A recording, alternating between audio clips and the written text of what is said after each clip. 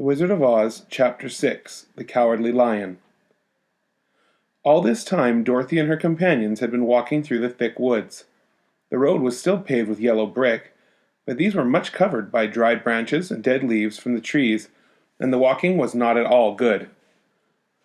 There were a few birds in the part of the forest, for birds love the open country, where there is plenty of sunshine. But now and then there came a deep growl from some wild animal hidden among the trees. These sounds made the little girl's heart beat fast, for she did not know what made them, but Toto knew, and he walked close to Dorothy's side and did not even bark in return. "How long will it be," the child asked of the Tin Woodman, "before we are out of the forest?" "I cannot tell," was the answer, "for I have never been to the Emerald City.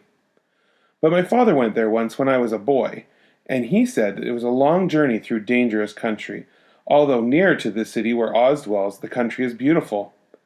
But I am not afraid, so long as I have my oil can, and nothing can hurt the Scarecrow, while you bear upon your forehead the mark of the Good Witch's kiss, and that will protect you from harm." "But Toto," said the girl anxiously, "what will protect him?" "We must protect him ourselves if he is in danger," replied the Tin Woodman. Just as he spoke, there came from the forest a terrible roar, and the next moment a great lion bounded into the road. With one blow of his paw he sent the Scarecrow spinning over and over to the edge of the road, and then he struck the Tin Woodman with his sharp claws, but to the lion's surprise he could make no impression on the tin, although the Woodman fell over in the road and lay still.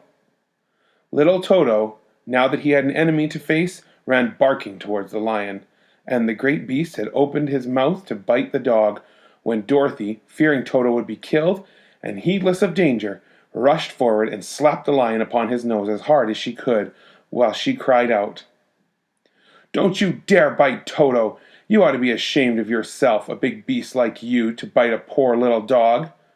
"I didn't bite him," said the lion, as he rubbed his nose with his paw where Dorothy had hit him. "No, but you tried to," she retorted. "You are nothing but a big coward." "I know it," said the lion, hanging his head in shame. "I've always known it, but how can I help it?" "I don't know, I'm sure. To think of your striking a stuffed man like the poor Scarecrow." "Is he stuffed?" asked the lion in surprise, as he watched her pick up the Scarecrow and set him upon his feet, while she patted him into shape again.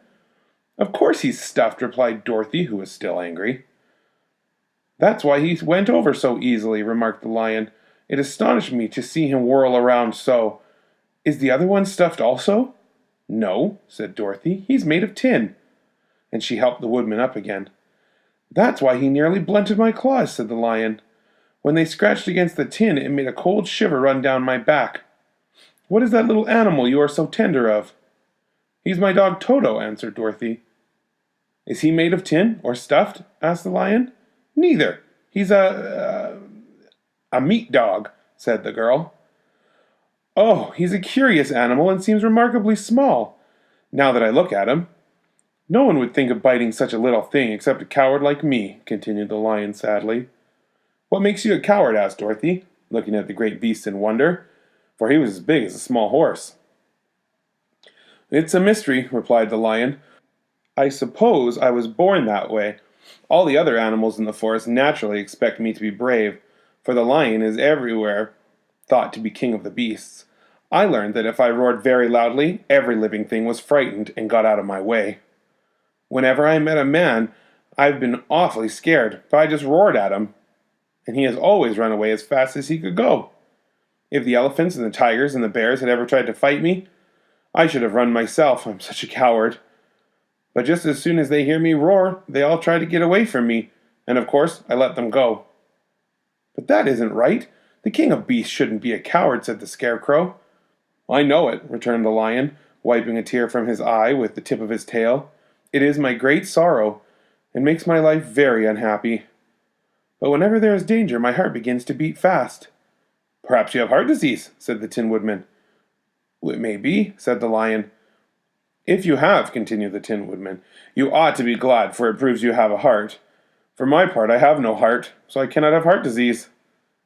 "Perhaps," said the lion thoughtfully, If I had no heart, I should not be a coward. Have you brains? Asked the Scarecrow. Well, I suppose so. Well, I've never looked to see, replied the Lion. I'm going to the Great Oz to ask him to give me some, remarked the Scarecrow, for my head is stuffed with straw. And I'm going to ask him to give me a heart, said the Woodman. And I'm going to ask him to send Toto and me back to Kansas, added Dorothy. Do you think Oz could give me courage? Asked the Cowardly Lion. Just as easily as he could give me brains, said the Scarecrow, or give me a heart, said the Tin Woodman, or send me back to Kansas, said Dorothy. Then if you don't mind, I'll go with you, said the Lion, for my life is simply unbearable without a bit of courage. You will be very welcome, answered Dorothy, for you will help to keep away the other wild beasts. It seems to me they must be more cowardly than you are if they allow you to scare them so easily. They really are, said the Lion, but that doesn't make me any braver, and as long as I know myself to be a coward, I shall be unhappy. So once more the little company set off on their journey, the Lion walking with stately strides at Dorothy's side. Toto did not approve this new comrade at first, for he could not forget how nearly he had been crushed between the Lion's great jaws. But after a time he became more at ease, and presently Toto and the Cowardly Lion had grown to be good friends.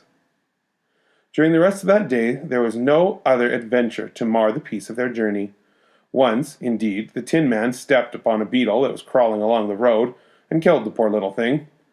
This made the Tin Woodman very unhappy, for he was always careful not to hurt any living creature, and as he walked along he wept several tears of sorrow and regret. These tears ran slowly down his face and over the hinges of his jaw, and there they rested. When Dorothy presently asked him a question, the Tin Woodman could not open his mouth, for his jaws were tightly rusted together. He became greatly frightened at this, and made many motions to Dorothy to relieve him, but she could not understand. The Lion was also puzzled to know what was wrong, but the Scarecrow seized the oil can from Dorothy's basket and oiled the Woodman's jaws, so that after a few moments he could talk as well as before. "This will serve me a lesson," said he, "to look where I step, for if I should kill another beetle or bug, I should surely cry again, and crying rusts my jaws so I cannot speak." Thereafter he walked very carefully, with his eyes on the road, and when he saw a tiny ant toiling by he would step over it, so as not to harm it.